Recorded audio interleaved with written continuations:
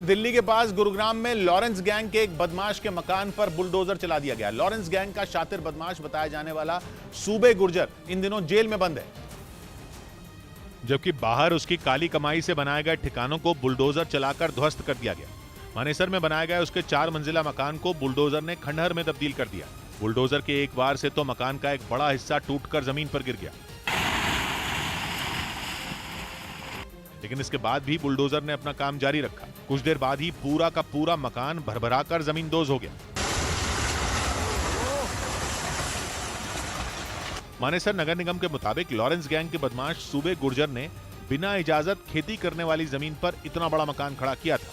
अभी इन्होंने कोई परमिशन नहीं ली हुई थी और अनऑथराइज थी, इसलिए इसको करा। सूबे गुर्जर को लॉरेंस गैंग का बेहद ही खतरनाक बदमाश बताया जाता है।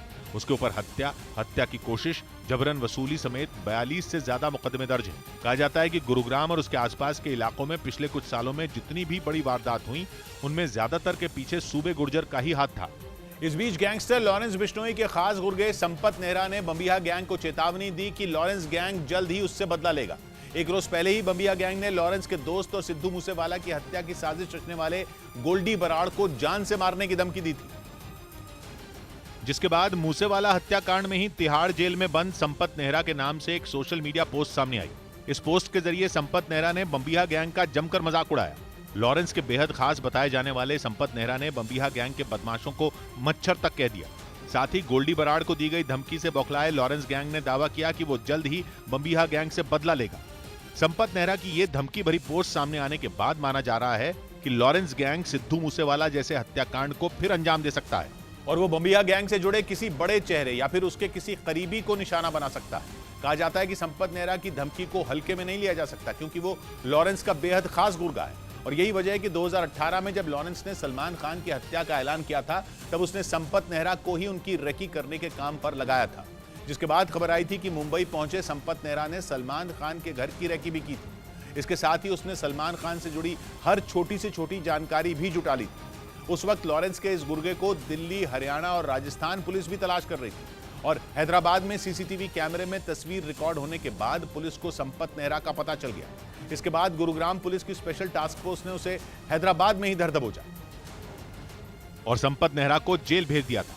बाद में दिल्ली में मकोका का केस दर्ज होने के बाद संपत नेहरा को पहले मंडोली जेल भेजा गया और फिर उसे तिहाड़ जेल में शिफ्ट कर दिया गया था। कहा जाता है कि लॉरेंस ने मूसेवाला की हत्या की प्लानिंग जब तैयार की, उस वक्त तिहाड़ जेल में बंद संपत नेहरा भी इस प्लान में शामिल था।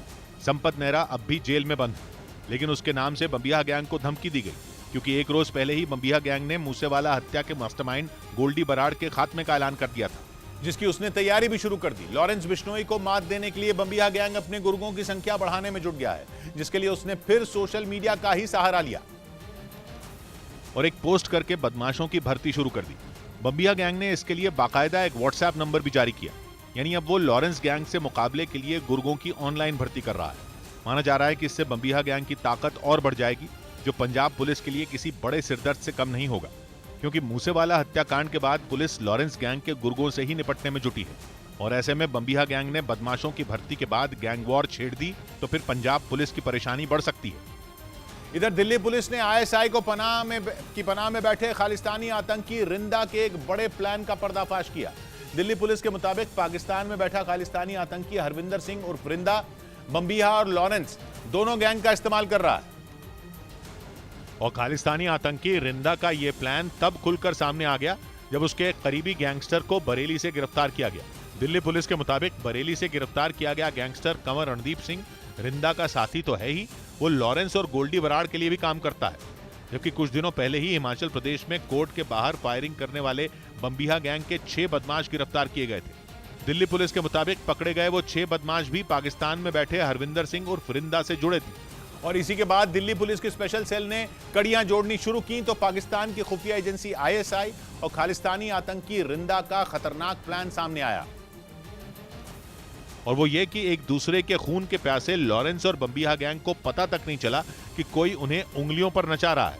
एक दूसरे की जान लेने पर उतारू दोनों गैंग के गुर्गों को अंदाजा तक नहीं हुआ कि वो एक ही आदमी के लिए काम कर रहे हैं और वो खालिस्तानी आतंकी रिंदा उनसे देश में ड्रग्स का धंधा करवाने से लेकर बड़े लोगों की हत्या तक करवा रहा है। दिल्ली पुलिस के मुताबिक बरेली से गिरफ्तार किए गए कंवर रणदीप को भी रिंदा ने आरएसएस नेताओं को मारने का काम दिया था, जिसके लिए उसने गोल्डी बराड़ से बात करने के बाद दिल्ली आकर बाकायदा रेकी भी की थी। पुलिस के मुताबिक इसी तरह रिंदा आधुनिक हथियार भिजवाकर बम्बीहा गैंग के गुर्गों से भी अपने मनचाहे काम करवाता है, यानी वो आईएसआई के इशारे पर दोनों दुश्मन गैंग का अपने फायदे के लिए इस्तेमाल कर रहा है।